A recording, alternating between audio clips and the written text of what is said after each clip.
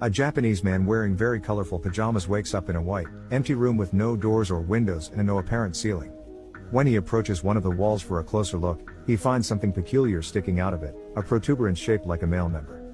After poking it a couple of times, he presses the tip, which causes hundreds of giggling baby angels to come out of the floor and walls, staying there only for a couple of seconds before they go back the way they come. One thing they leave behind, however, now all their members are sticking out of the wall and floor.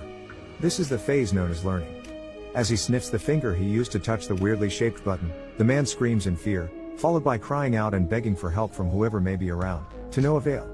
He decides to start pressing the various buttons to see what happens, and every time he does, a different random object falls into the room, from a small toothbrush to a big vase.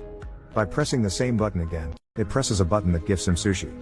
This excites him since he's been getting hungry, but he realizes that he's missing soy sauce. He asks his captors for it, but as always, he gets no answer, so he repeatedly presses one of the buttons until he has a bunch of sushi in front of him but still no sauce. Giving up, the man proceeds to eat the sushi, which he finds rather delicious, and once he's finished the last piece, he presses the button for more, getting furious when a bottle of soy sauce finally shows up.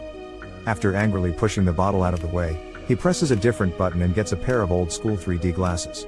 When he puts them on, he manages to see a baby angel pointing at his member, and the man gets happy because he thinks he may have found the answer. However, after pressing that particular button, all he gets is a countdown and a giant butt appearing from above to pass gas on top of him. Some hours later, he's read 5 volumes of a manga that he finds very entertaining, but when he presses a button to get the 6th, he gets the 7th instead. Frustrated, he starts trying other buttons, which give him 8 and 9 but still no 6. The last button he tries though, has an important surprise for him. It opens a section of the wall that hides a door behind him. The man celebrates this discovery, but in his excitement, he loses track of which button is the one that opens the exit.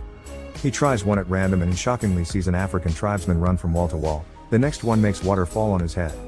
The third one turns out to be the one he needs, and as soon as the wall opens, he runs to it, only to see it close on his face.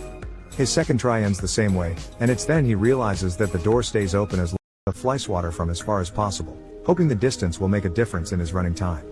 None of these work, and neither do pulling it with a jumping rope or hitting it with the air sent by a fan.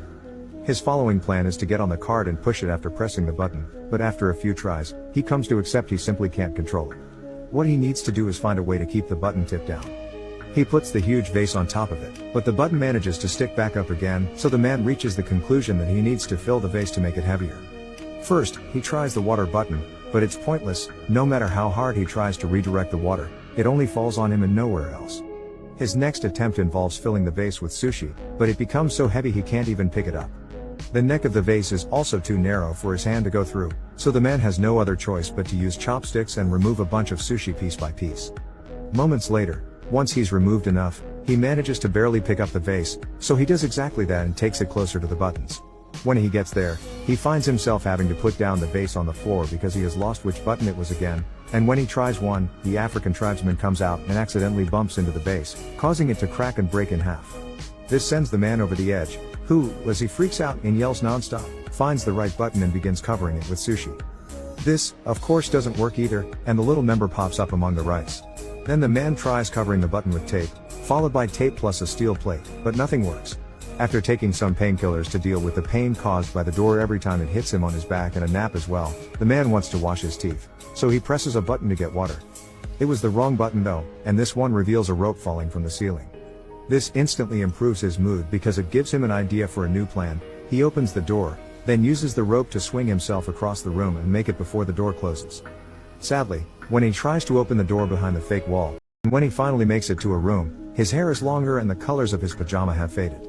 This room is also empty and the door he uses closes as soon as he enters, but instead of baby angels, here there are adult ones, who also disappear into the wall and only leave out their members to be used as buttons. This is the phase known as practice. Meanwhile, in a city in Mexico, little Antonio's family is worried because the father, a wrestler known as s3xu man, is behaving more taciturnly than usual. His wife thinks it may be because this next opponent is much younger than him, but the grandfather points out that what matters is experience, not youth. S3xu man is picked up by his daughter's sister Karen on her truck and she drives him to the wrestling ring so he can start getting ready early, which includes changing clothes and praying to the Virgin. At school, Antonio is being bullied by his classmates for betting on s3xu man, calling him a weak loser. As the time for the match to start approaches, Sister Karen takes her van again and picks up Antonio and their grandfather to take them to see Escargot Man in action. Karen doesn't stay though, and Antonio and his grandfather find some of the last seats for themselves right before the show begins.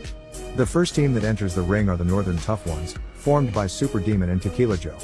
Then Escargot Man and his partner Silver Eagle come in under the team name Kiss Me A Lot. Silver Eagle is the first one to fight for his team with a brilliant beginning, but he's soon overpowered when the Northern Tough Ones fight him together instead of one-on-one.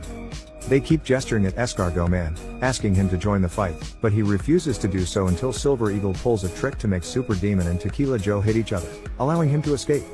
Escargot Man is quickly overpowered as well. But just when his opponent is about to hit him with a chair, the man in the mysterious room presses a member button and causes Escargot Man to magically extend his neck and knock out both opponents with a hit of his head. In the room, nothing happens, which calls the man's attention, so he keeps pressing the same button, causing Escargot Man to knock out Silver Eagle, the referee, Antonio, and even the bell.